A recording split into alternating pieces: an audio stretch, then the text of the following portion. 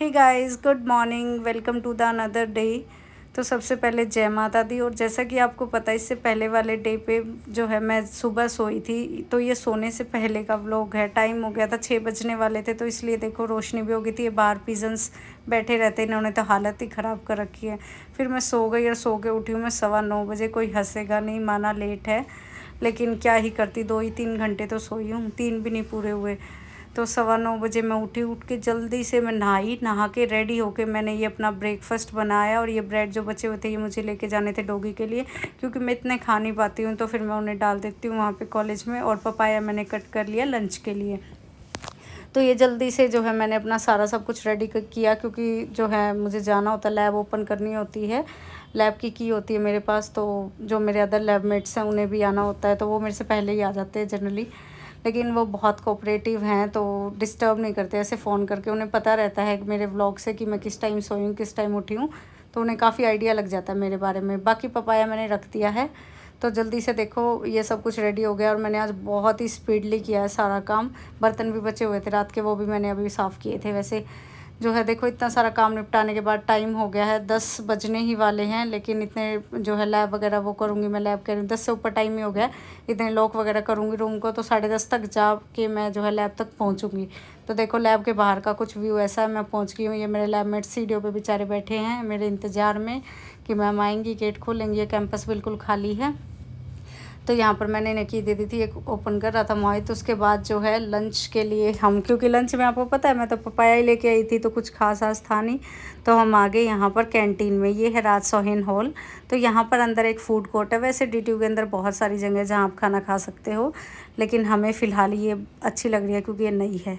तो यहाँ पर आए हम, और यहाँ पर हमने लिए छोले भटूरे, राइस, छोले, और लिए थे हमने जो है मसाला डोसा। तो ये भी लगा सकते हो कि मेरी तबीयत ख़राब होने का रीज़न कि मैंने बाहर का खाया इतने टाइम बाद। वैसे मैं बाहर का नहीं खा रही थी अब। और कुछ जो है मुझे मतलब जैसे मच्छर ने भी कट कर लिया था, तो हाथ पे काफ़ी सूजन सी थी, जिसकी वजह से भी मैं कह सकती हूँ बीमार हूँ। कुछ भी रीज़न हो सकता है, आई डोंट नो। तो यहाँ पर देखो हमने किया लंच अपना। तो यहाँ पर अब तक ठीक था, मेरी तबीयत बिल्कुल ठीक थी, मुझे कुछ नहीं लग रहा था कि मुझे कोई दिक्कत है। उसके बाद जो है हमने पपाया खाया लैब में आके। जो है फिर मेरी तबीयत थोड़ी ख़राब होने लगी, मेरे से पपाया भी खाया नहीं गया। मैं फिर शाम को आई रूम पे, तो ये देखो टाइम हो गया 7 बजे का। और मैंने बेडशीट वगैरह चेंज कर दी थी, क्योंकि काफ़ी दिन हो गए थे, तो मैंने कहा इसे चेंज कर देते हैं। और उसके बाद जो है मैं निकल गई दूध का पैकेट लेने के लिए। ये देखो भाई, ये दूध मुझे मिला ही नहीं। ये मदर डेयरी पे बहुत लास्ट में मिला। मैं पूरी मार्केट में घूम गई बफेलो मिल्क के लिए, क्योंकि अब अमूल का दूसरा दूध मुझसे पिया नहीं जाता, और ये दूध फटता भी नहीं है। टेस्टी लगा मुझे ये दूध। और फिर मैंने सोचा पपाया ही कट कर लेते हैं, रिमेनिंग जो बचा हुआ था सुबह का, और उसके बाद करेंगे अपनी पढ़ाई।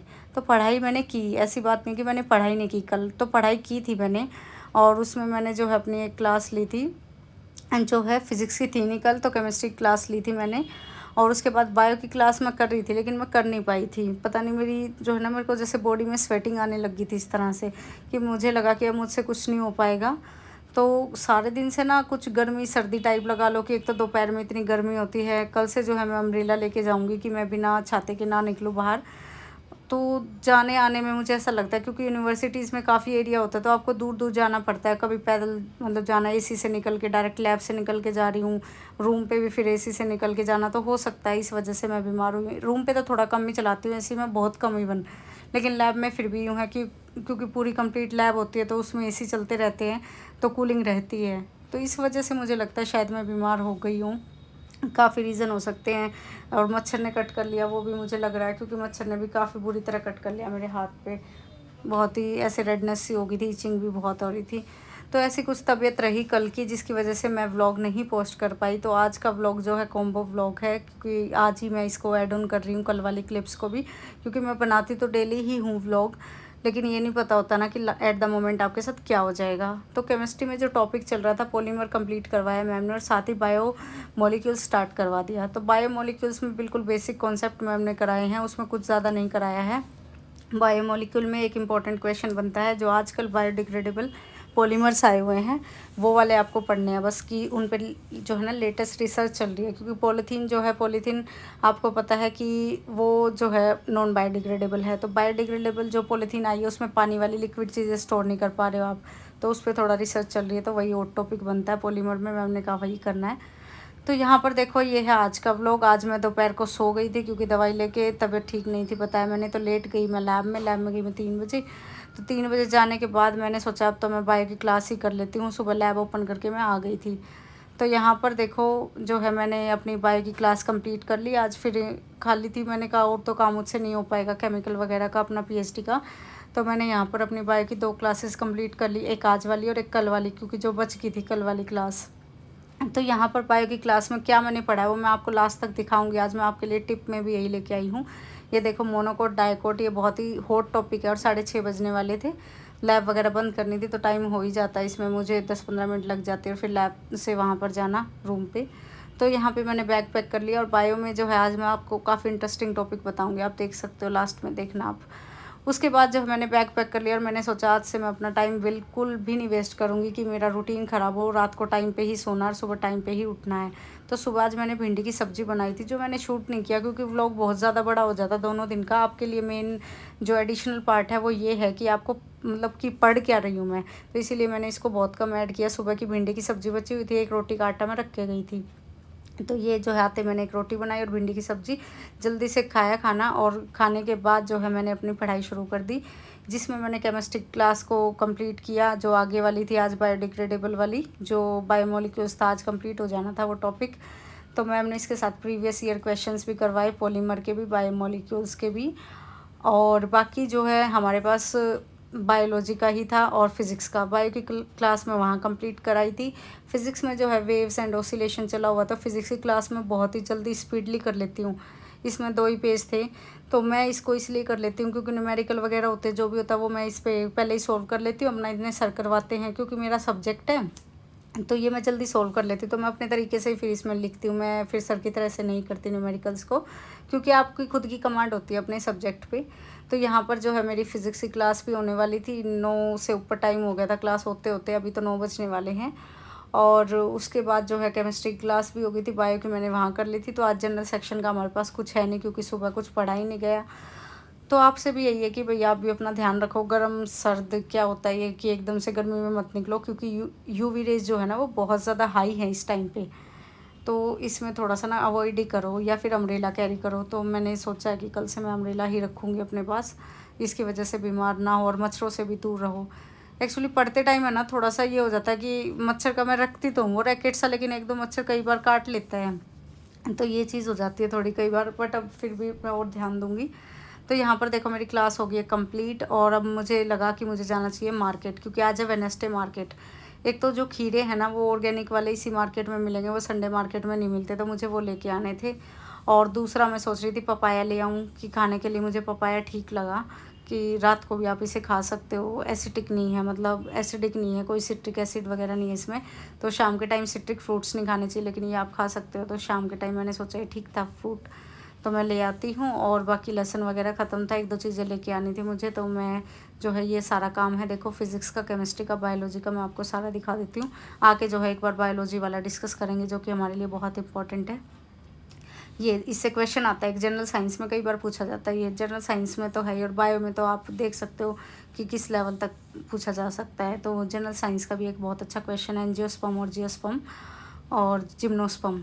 और बाकी ये मोनोकोट डाइकोट ज़्यादातर जो है आपके पास टीजीटी पीजीटी में आई जाती है। पीजीटी बायो में तो बहुत ज़्यादा आता है, लेकिन टीजीटी में भी इसका जनरल पार्ट आ जाता है, जो पॉइंट्स है तो वो मैं आपको बताऊंगी कि टीजीटी के लेवल पे कितना इंपॉर्टेंट है। तो ये देखो मार्केट चलते हैं, अभी मार्केट से जो है मैं कुछ फ्रूट्स ले लेती हूँ और बाकी अपना जो है मेरे पास सब्ज़ी तो कुछ नहीं लूँगी भाई मैं, कल दाल बनाने की इच्छा है, देखते हैं सुबह क्या रहता है, दाल छोले दाल ही बनाएंगे। तो यहाँ पर देखो मैं ले आई सामान मार्केट से, खीरे, कीवी और पपाया और लहसुन, बस यही 4 चीज़ लेके आई थी। तो इन्हें वॉश करके रख देती हूँ मैं, और अभी मैं आपको बायो वाला टॉपिक जो है वो करा देती हूँ क्योंकि टाइम पे सोना है। तो यहाँ पर जो है अभी हम स्टार्ट कर लेते हैं। सबसे पहले एंजियोस्पर्म, जियोस्पर्म, मोनोकोट, डाइकोट। सो इसमें सबसे पहले है जिम्नोस्पर्म और जो है एंजियोस्पर्म, जो आज सर ने बताया कि मोस्ट इम्पॉर्टेंट है, जहाँ से क्वेश्चन आता है। तो ये देखिए आपके पास जिम्नोस्पर्म क्या होता है, जिम्नो मीन्स नेक्ट और स्पर्म मीन्स सीड, तो मतलब जिनकी जो सीड्स होंगी वो ओपन होंगी, ओपन मीन्स ऐसे ही सीड मिल जाएंगी आपको। और एंजियोस्पर्म जो होती हैं इनमें क्या होता है, कवर्ड सीड्स होती है, मतलब सीड जो है वो एनक्लोज होंगी, आपके फ्रूट्स के अंदर मिलेंगी सीड्स। इसमें फ्रूट्स होंगे, उसमें नहीं होंगे, यानी कि फ्लावर मिलेंगे इनमें, फ्लावर से जो आपके पास फ्रूट्स बनते हैं।